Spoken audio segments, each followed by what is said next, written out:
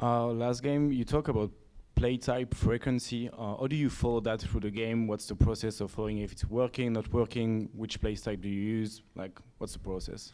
Really just depends on what their matchup is and what their coverage is, and what way we can get to the best spacing, versus that. And a lot of it has to do with either our lineup and their lineup as well. And, that obviously changed throughout the game because of foul trouble, and sub patterns were different for both teams. So, there's just something you're always kind of paying attention to. Hi, Joe. Will Kristaps play tonight? And if he does, will he be on any kind of a minutes restriction given his illness? He's probable. We'll see how he, goes through, his shooting routine, and whatever gives us the best chance to win. That's what we'll do. Joe, you guys have been so resilient over the course of your time here, and keeping things in the day, game to game. You don't get caught up in that. Is that something you talk about with the players, or is that something guys like the leadership, maybe Al or somebody else talks about with them? Is, each day is a different day. I think it's mostly them. We got guys that have been around a long time. Guys have seen a lot. 6, 7, 8 years. They've pretty much seen it all in the league. So I think a lot of it just comes from who they are and the character that they have.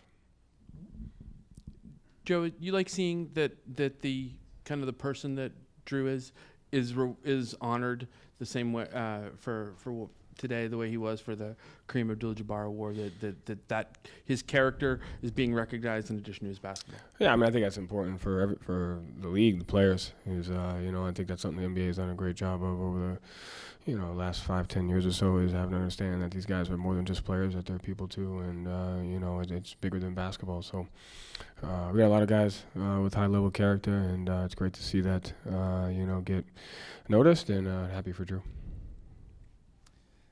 Joe, after last night, there have been 4 20-point comebacks across the league in this postseason. I'm wondering if you see any trends as to why that is, and if you're in that situation moving forward, how do you prevent that from happening?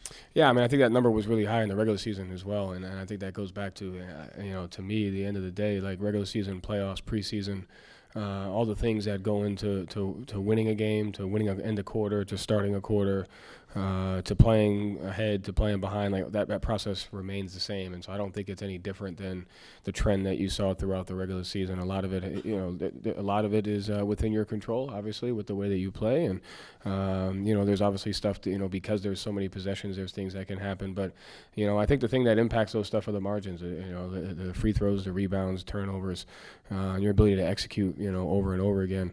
I don't think it's just a playoff thing. I think it's just the way how the game is now and how it's been, for the last few years, and with the speed and the shots that each guys are getting every time down the floor, and the type of talent that you have. Joe, going back to Drew on the Social Justice Champion Award, I know he doesn't talk about the work that he does with his foundation that much, all doing with us, but is that something that you're, like, how much do you know about it? How much does he bring it up to you guys? Like, just the off-the-court stuff, how much does it come up in practice and just when you guys spend time together? I don't know too much about it. I just know that he's a caring, giving guy and does a lot for people. But I haven't gotten too much with him.